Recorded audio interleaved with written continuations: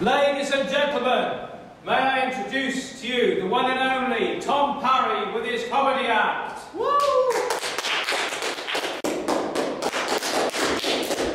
Hey folks, how are we all doing? You all good? Yeah? Brilliant. Alright, just like to start with saying, I do have a girlfriend. Really, I do. And she is wonderful and everything. But some of the crap that she comes out with, it's ridiculous. She'll come up to me during a night out and just say, Tom, can you just look after my bag? Look after your bag. What? This is like, do you watch, it's going to whip out a pack of cards or something. It's like, hey, pick a card, then the card's going to do tricks. No, it's ridiculous. Tom, don't be a dick. Just look after my bag. Look after your bag. Like it needs a hug and a pep talk every 10 minutes after it explodes all your stuff across the room in frustration and dies. Tom, don't be a twat, alright? Just need you to watch my bag. Watch your bag? Like it's going to a rubber or something, you know? Turn it around. And the bag is scheming with all the things inside it. Just like, okay, phone, you've got the camera. Okay, it's turned away. Has it turned? Okay, fine, leg it. And it's gone. It's gone. Bag gone. It's ridiculous. Every Saturday night, all the single guys, they're out on the pool, getting wasted, time of their lives. Oh, I'm sorry, fuckers. We're out to catch broken handbags, to try and tame suitcases, you know, shoes, we have ties. Oh, God. And it's the sheer number of them. My God, it's ridiculous. She actually counted how many handbags she has. 83. 83 fuckers. Why do you 83 handbags for? Just going through them, and some she doesn't even use anymore. It's like, she pulls out one, it's like, I've never seen that. Where'd that come from? Well, I've used it for about 4 years. Why do you still have it then? I'll use it again. But you're not going to. I'm like, we go off on holiday. We go on a camping holiday for a weekend. 2 days camping, that's all it was. And she brings 10 handbags. 10? What are you going to use them for? I mean, it's like, and in the end, she does only use 2 of them. So what were the other 8 there for? It's not like they're going to care if they miss the sightseeing. They're fucking bags. It's ridiculous. So anyway, I'd like to start tonight with a joke. Always very popular in comedy. Did you know that 99% of women kiss with their eyes closed?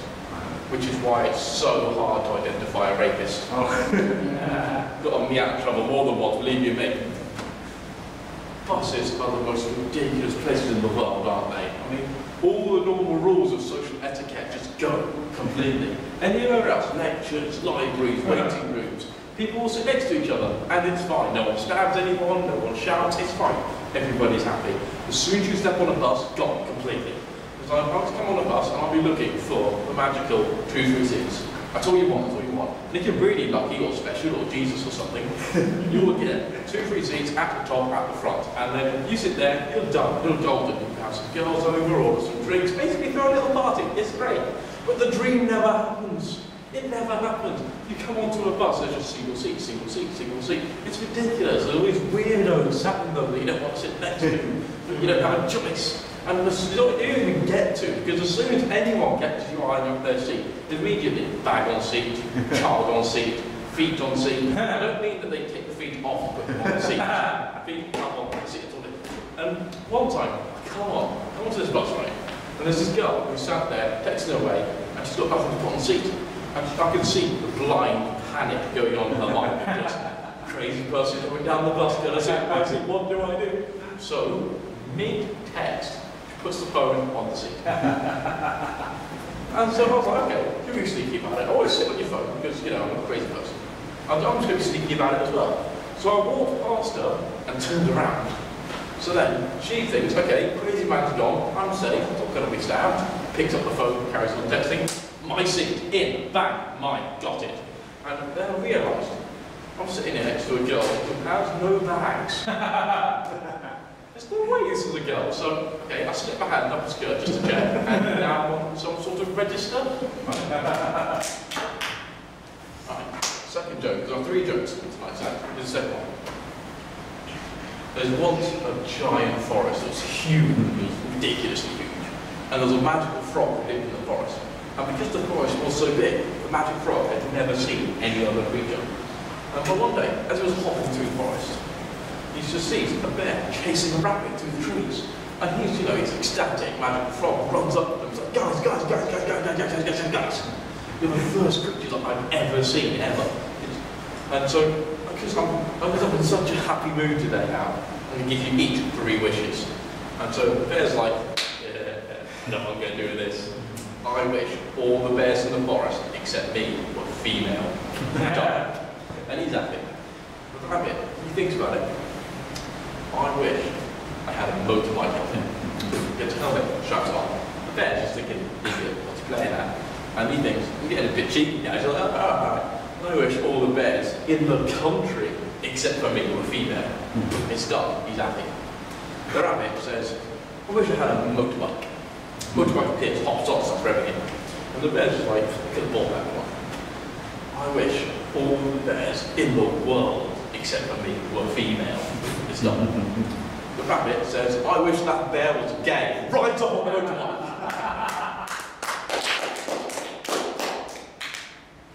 Wolverhampton Wanderers, you know why they're called that, don't you? Yeah? Because they keep wandering off. They'll be in the middle of a coaching session, and then the coach will just hear the sound that he dreads. Ice cream van going past. Place gone. And they'll come back eating a bit at 99 plates. And footballers are just ridiculous people in general, aren't they? Just the amount of money that they get, it's just, they'll get like £100 a week or something equally ridiculous. And how do you even go about spending that much money? I mean, you go into Asda, buy your weekly shop, buy everything in the shop, buy the shop, and still have enough money left over to put your children's names in giant green letters on the moon. It's ridiculous. And everyone says, oh, they should donate the charity, donate their money to charity, or give it to doctors and nurses who work hard. But let's be honest, if you had that much money, you wouldn't think of doing that at all. And that's not something. What you would do is you go to come up with all sorts of ways to spend this money. I've had a couple of ideas. First thing I buy would be an ostrich. And then I buy a saddle, put it on the ostrich. Then I can ride it. How magical would that be? To ride an ostrich through town. Car's going to move. The brilliant thing about an ostrich is they can go indoors. Take the ostrich indoors, go in the lift, go up to your lecture room, spin a squat in the back of the lecture. And wait. All you need to wait for is just for the lecturer to come up with something you disagree with. And then all you have to do, whatever your counter argument is, just stride down the centre of the lecture hall at the top of your ostrich and announce your point to the world. And instantly, any counter they have is refuted because you're on an ostrich. Next thing I'd buy would be a monkey. The reason I do that is so I can put it in armour, give it a sword, and duel it. How amazing would that be? It's a duel a monkey. I mean, he's small, but he can hang from the rafters and stuff. It'd be like dueling Yoda, it'd be amazing. And then the most magical thing that I would want, the thing that would make my life complete, is to come home one day and just hear in the house, I am armed and hidden, come find me if you dare. I mean, yes, that's right, my monkey can talk. Don't use the Apple Chatter line, it doesn't work, believe me. So that's all the time I have. That's a lie, it's all the material I've come up with. So I'm going to leave you with my final joke. Have you noticed how shops are so badly named?